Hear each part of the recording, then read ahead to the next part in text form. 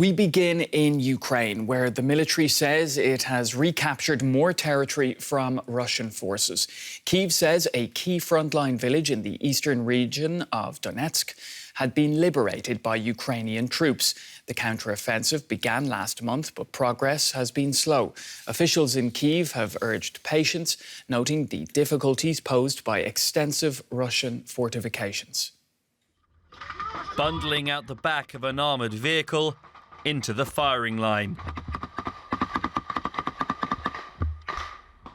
Ukraine's military released this footage of troops attacking Russian positions near the occupied eastern city of Bakhmut. Kyiv says its forces are making advances despite heavy resistance. But it's further to the west that Ukraine has reported a breakthrough. There, the military says soldiers have liberated the frontline village of Staromayorska. President Volodymyr Zelensky welcomed the news, sharing this footage of soldiers announcing the village's liberation. After weeks of slow progress, its recapture would be a new milestone for Ukraine's counteroffensive.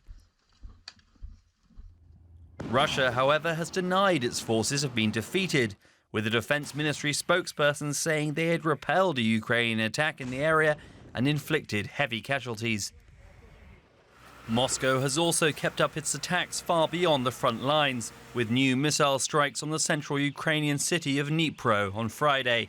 Several people were wounded after a residential complex in a Ukrainian State Security Service building were hit. Both were mostly empty when the missiles fell, meaning that this time at least no one was killed. Well, for more on Ukraine's counter-offensive, we're joined by Frank Ledwidge, a former military intelligence officer who joins us from Oxford in the UK. Frank, great to see you. So, first and foremost, what's your take on Ukraine's recent gains? Good morning, Pablo.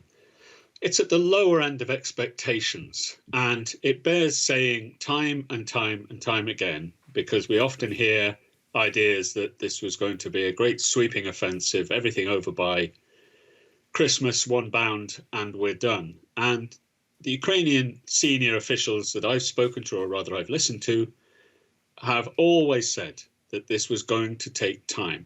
There wouldn't be one offensive, there wouldn't be one operation, there would be many, a series of blows. And that's what we're seeing here. So, Pablo, about 4 days ago, we saw for the first time the Ukrainians deploy what in military, well, particularly ex-Soviet military parlance, is known as the second echelon. So basically what's happened is the first echelon, which in this case I think was called the 9th Corps, a number of brigades, mostly to some extent Western armed, they had finished operations to attritional operations. They hadn't got very far, to be fair.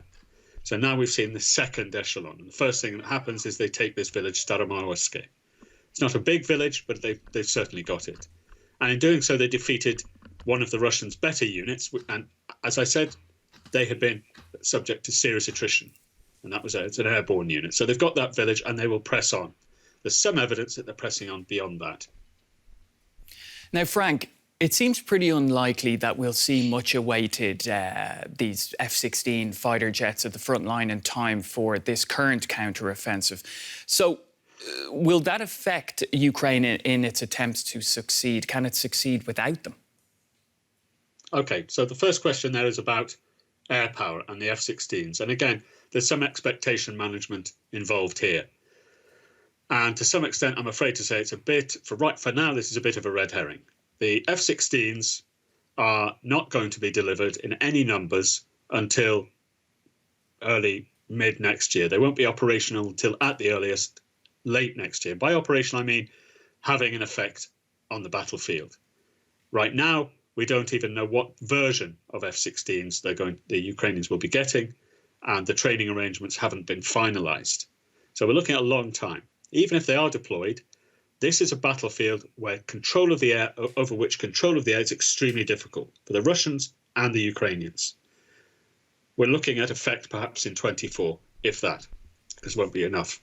It's also worth saying, by the way, the Ukrainians are scoping out other airframes for a medium term, particularly in Australia. And I would think as well they're having a word with Sweden too for their models. So, yeah, that's the air power situation. Now, Russia continues to attack Ukraine's cities beyond the front line. How do you see that tactic? Right. Well, we saw attacks yesterday, as your report indicated, on Dnipro, and it's a continuation of Russia's campaign, which started last October. So there's two elements to this. The first is to undermine or undercut the morale of the people, which it's singularly failed to do, which is to say people are not afraid of these rockets and bombs, I should say. It's not that they've got used to them, but they understand the purpose is to attack their morale. The second thing, which is rather more insidious and rather more effective. So we see attacks on Kyiv involving a few dozen missiles, usually these Shahid drones and some older missiles. And the purpose there is not so much to cause damage, because almost always 90 to 100% of them are shot down. So you might be asking, well, why are they doing this? And the answer is to deplete Ukraine's ammunition, particularly, obviously, anti-aircraft ammunition.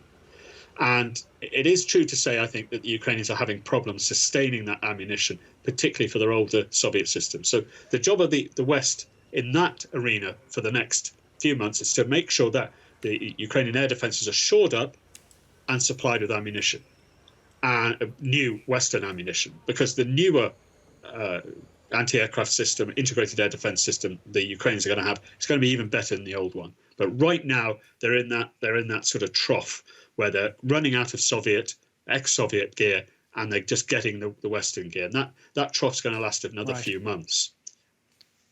Frank, briefly, if you could, how well do you think Moscow has prepared to repel Ukraine's counteroffensive?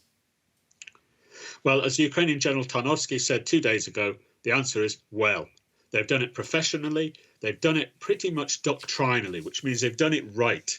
They're exploiting the experience of decades and over the last century. And I think a lot of us understood this was going to happen, and that what happens to the Russians a lot in wars like this is they fail totally for the first year, they learn, and then they're a much more formidable enemy.